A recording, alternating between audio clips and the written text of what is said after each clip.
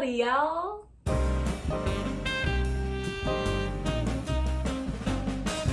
I'm so glad to be back with the A24 series. I tell you what, it's been a chaotic few months. I feel like I'm always saying that, but it's always true. But I'm back with my movie watching.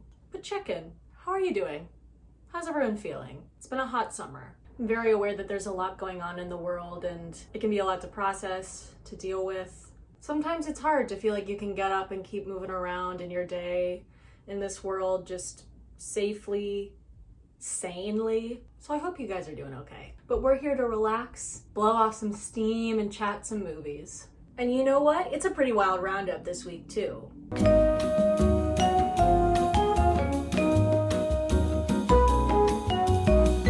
We are on week 7 of the A24 watching series, which is crazy to me. And you know what? I've loved every second of it. This is a really strange week. We've got kind of a comedy western, crime thriller, and a sort of dystopian AI ethical look at robots. I phrased that so poorly. That was just off the dome, so judge if you want. The first two I'd never seen before, but Ex Machina actually happens to be one of my favorite movies of all time. It's actually in my Letterboxd top 4, so I'm really excited to talk about these movies this week.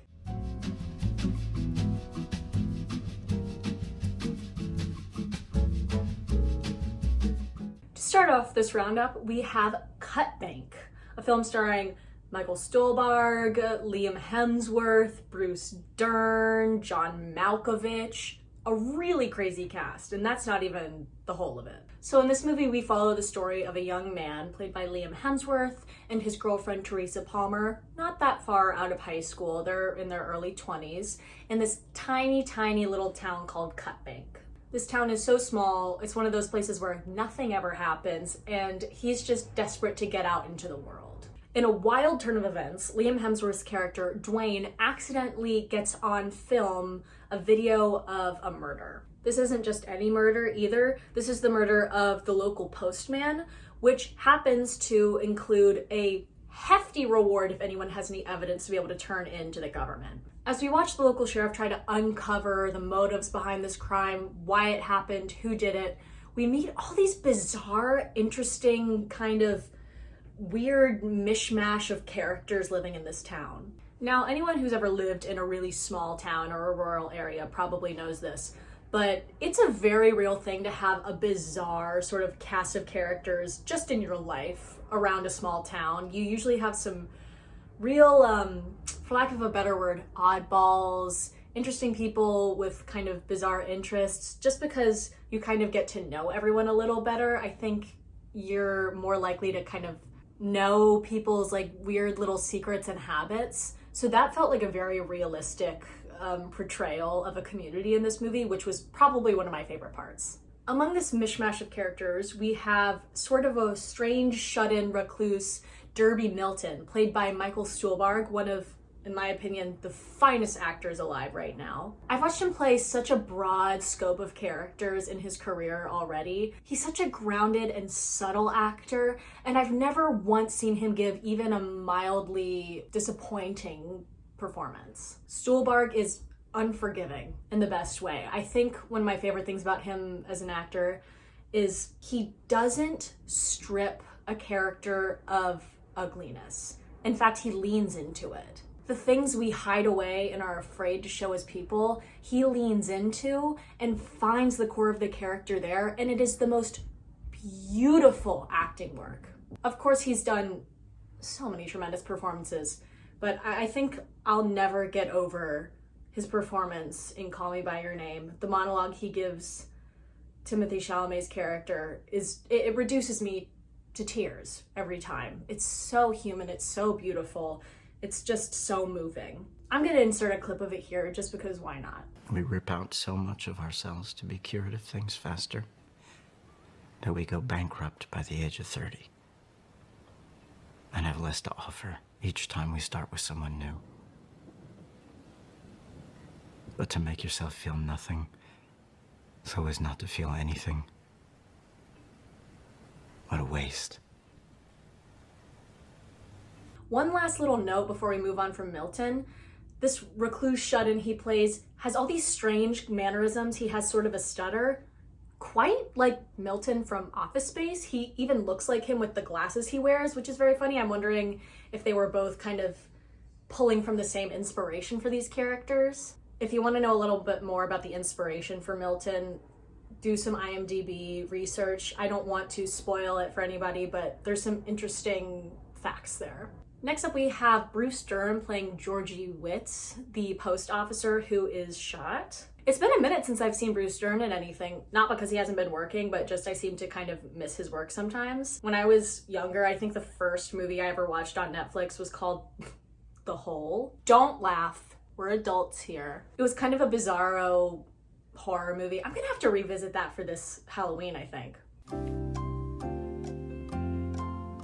Anyways, he's this cantankerous old man with an attitude and a bad mouth, and watching him it's really a treat. He does a great job. John Malkovich plays the sheriff of the town, and watching him slowly unravel this mystery is fascinating. He also is such an interesting actor. I was having a discussion with a friend recently about how specific he is as a performer. He has these interesting mannerisms and vocal qualities, but I think it actually really works in this movie. And then we have Billy Bob Thornton. He is also kind of a gritty, salt of the earth type guy.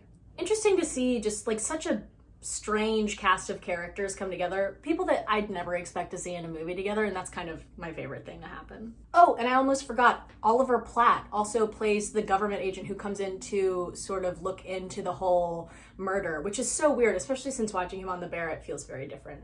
Moving on from the actors, what I really like about this movie is how almost claustrophobic it feels in such small towns where everyone knows everything about everyone.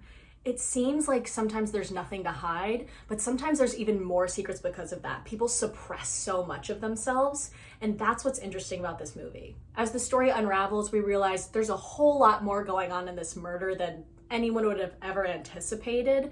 There seems to be factors that were not considered. In fact, it might even be a plot going on here. While I think the movie has a bit of a weak start, and if I'm being totally honest, I've never been a huge fan of Liam Hemsworth.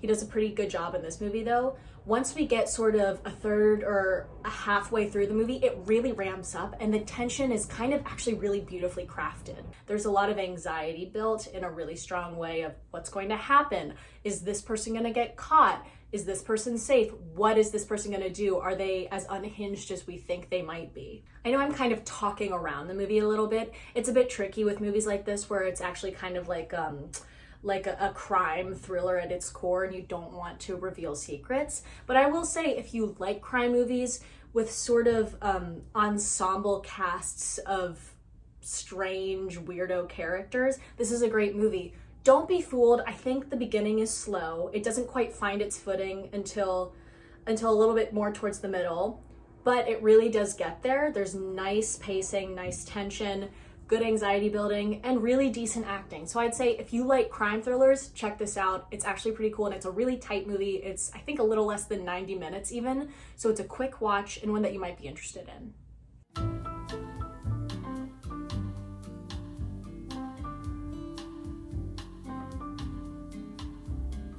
Next up, we have Slow West, starring Michael Fassbender and Cody Smith-McPhee. Look, I'll be honest. I'll be the first to tell you, I've never really been a girl that's big into Westerns, with the exception of True Grit. I really loved that movie when I was like 12. But this is a really refreshing old Wild West story. I've never really seen a Western told in this specific kind of way. The film is shot beautifully of like old Western plains, really, really pretty. The story follows Cody Smith-McPhee's character, who has come to the Americas from Scotland to follow this girl that he loves who's come to America. He's traveling through a lot of violence between people who have been colonizing America and the natives of the land, and a lot of crime, pillaging, a lot of issues that make it really unsafe. So Silas, played by Michael Fassbender, knows that Cody's character Jay is not going to get far at all on his own. So he takes him under his wing and acts as his chaperone as they make the slow journey to find the girl he's in love with, Rose. Throughout this journey, they encounter outlaws, a lot of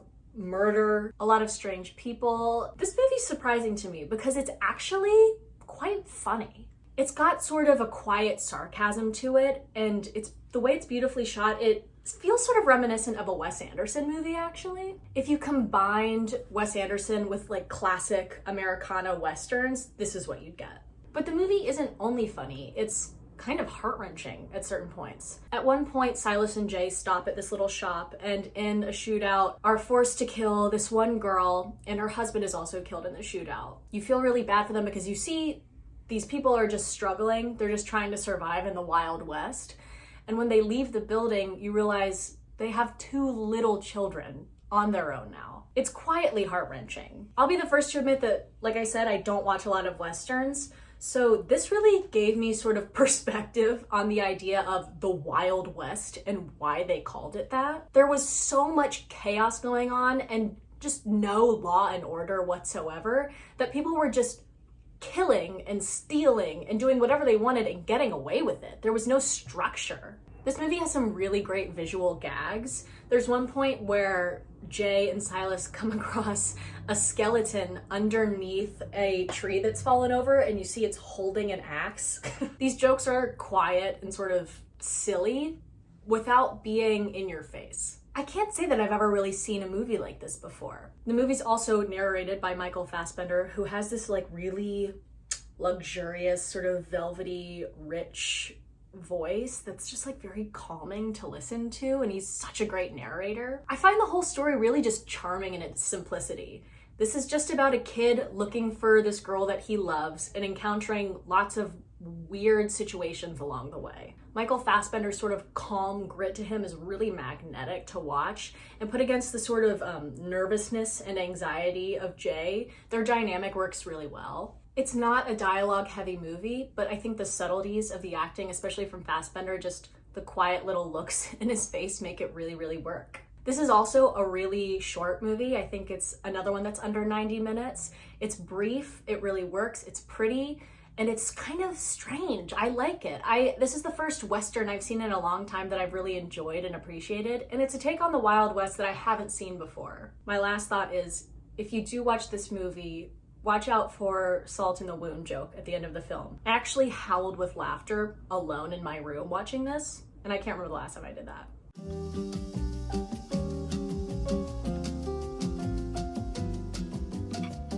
Last film we have for this week is Ex Machina. This is a movie that I could both boundlessly talk about for hours and probably do a whole video essay on, and also one that I struggle to talk about because it's so intelligent and it's so well-rounded that it requires so much more than a few minutes to discuss. This is a movie that I actually find to be profoundly important, and it's only grown to be more important over the last 10 years that it's been released.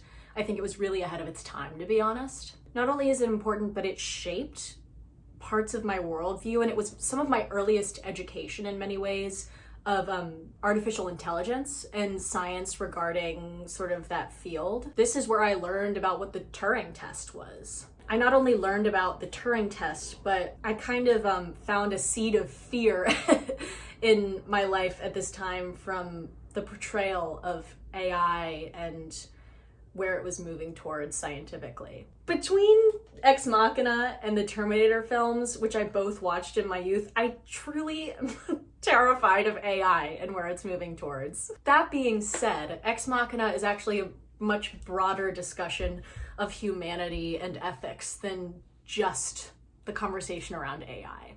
Because this film is so complex and in that way can be a little bit difficult to talk about without organization, what I want to do is talk about it under the categories of acting, writing, design, and cinematography. From then we can kind of branch off and get into whatever it is we want to talk about, but I think that's the best way to kind of get into the conversation.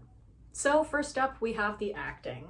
This film actually boasts one of my favorite casts of all time. I love how small and compact this team of actors is, and how perfectly cast they are to play off one another in their respective roles.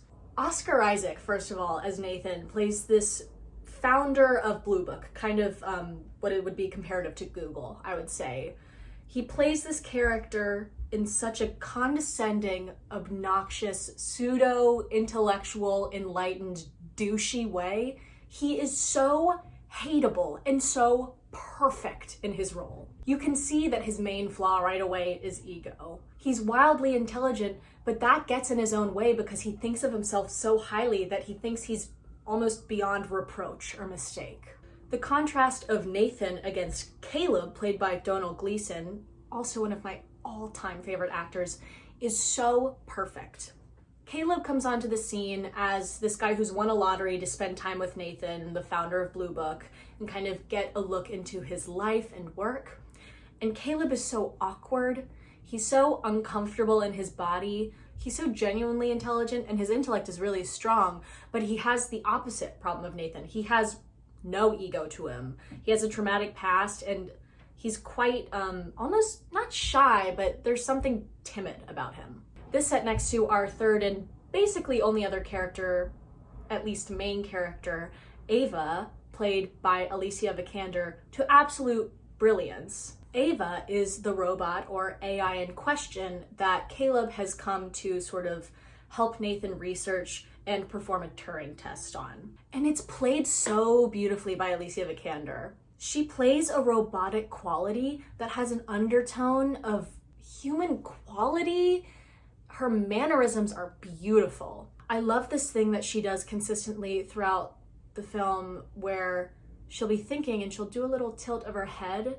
That's such a robotic gesture, but not quite human either, and not quite far from human. She plays the balance of robot and person in such an even way that she's fascinating to watch. There are a lot of elements at play at certain parts, but the sexuality also of Ava is very disturbing, and the way it will draw Caleb and the way it makes you wonder, is this sexuality intentional? The way he verbally questions the sexuality to Nathan, saying, did you design her to flirt with me? This wouldn't have been possible without such a beautiful performance from Alicia Vikander. The writing is already so good, but it's a challenge to play something that's both human and not human, and it's an impressive feat, to say the least. Domhnall as Caleb is also so self-conscious. There's several moments, and I'm actually going to try and to include the clips here because I think they're so beautifully played, where Ava asks him, are you attracted to me? Or do you think you're a good person? And his reactions are so embarrassed and so nervous. It's just, they say acting is reacting, and I think if that's the case, then give Domhnall the Oscar. This is what I'd wear on our date. Right? First a traffic intersection, then maybe a show. I'd like us to go on a date. Yep. Yeah. It'd be fun.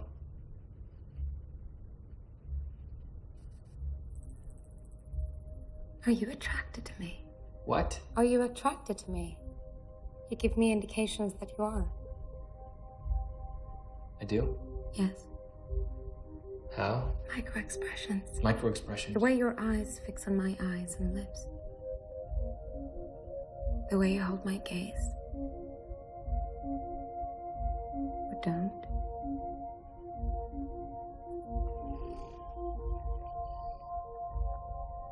Question 3. Are you a good person? Oh, holy shit.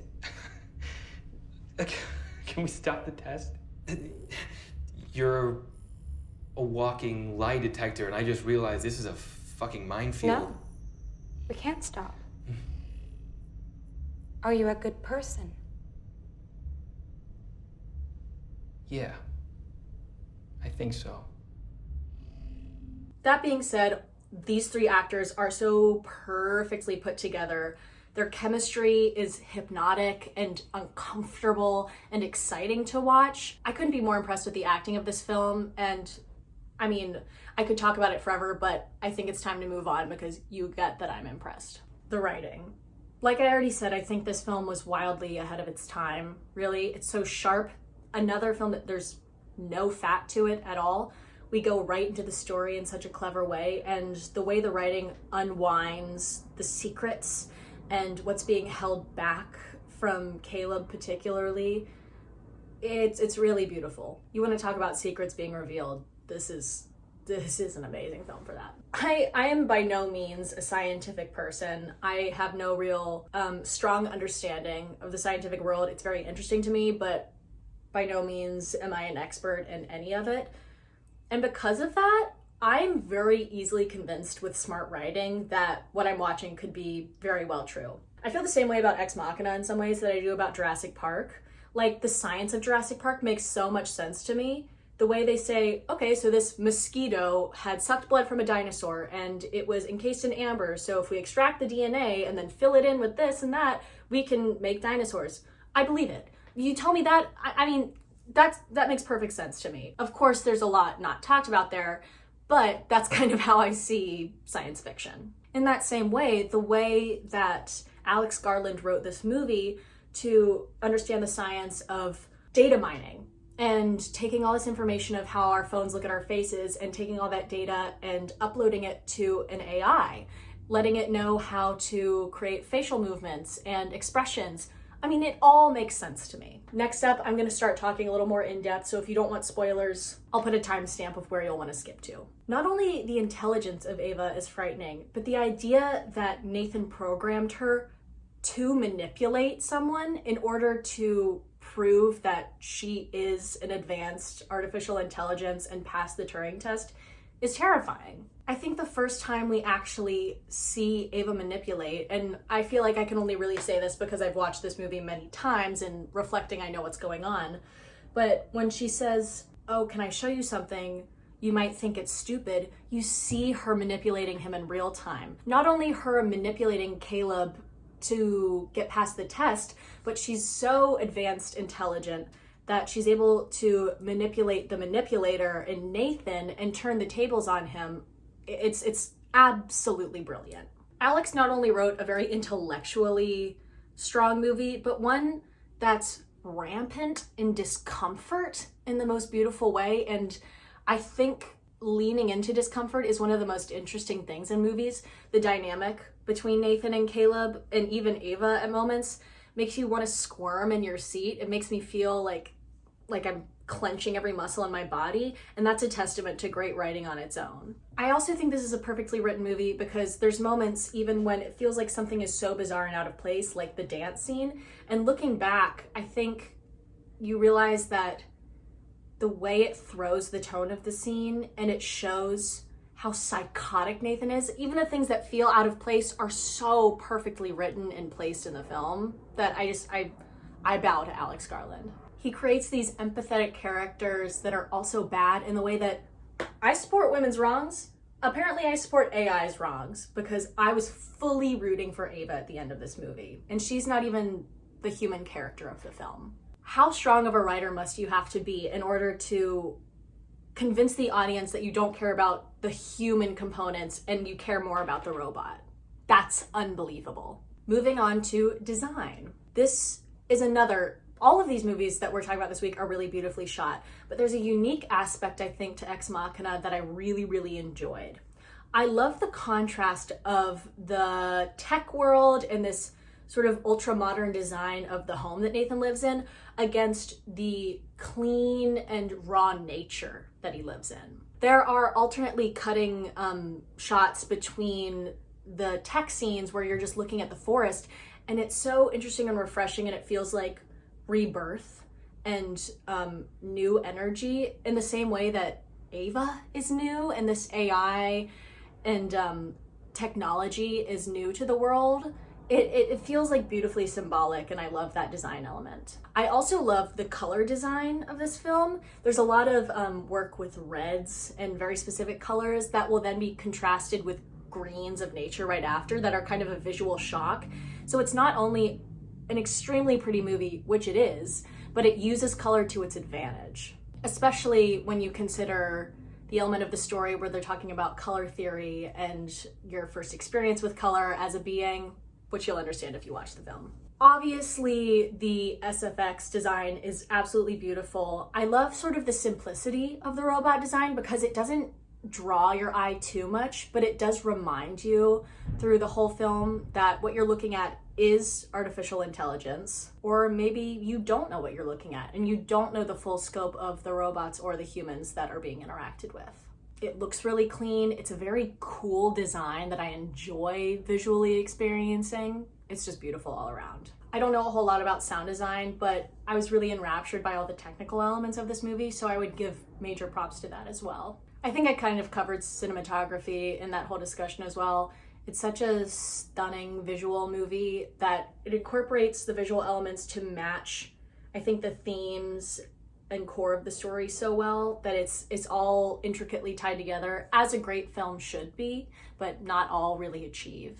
Ultimately, I think this is a nearly, if not perfect movie, if such a thing exists. I found this movie at the time to be quite revolutionary, and I still do. Again, I think it was so ahead of its time. Not only that, but I think it makes you ask genuinely important questions about what are we doing with artificial intelligence as a culture? What are we kind of building, and what is ethical about it? What is unethical? If something can recognize that it is artificial intelligence and like pass this Turing test in the future, is it ethical to let it exist and kind of kill it at our own will? It's a lot of big questions that I don't know the answer to, but it makes you ponder them. Kind of the core naming of the film, Ex Machina, is so beautiful. It ties into the story so well and so interestingly, and I would urge you to do a little bit of research on the Greek origins of the term and how that plays into the film.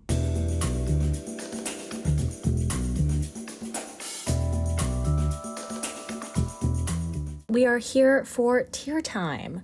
So first up we have Cut Bank. For Cut Bank, I had a fun time watching it, but I did feel that it had a slow start. It took a little bit to find its footing. It had some cool stuff going on, some good acting, but for that reason I think it's going to end up in enjoyable, some good elements, sits in the middle for me, just because it wasn't as tight as I'd like it to be, but I did enjoy it. Next up we have Slow West. This is another one that was very visually cool. I liked the styling, but as it is in the title, it is a little bit slow. It is a slow journey west, and the simplicity of the story is both charming and it feels a little bit, it can feel like it stalls a bit at some moments, but I did enjoy it, so it goes in the middle as well.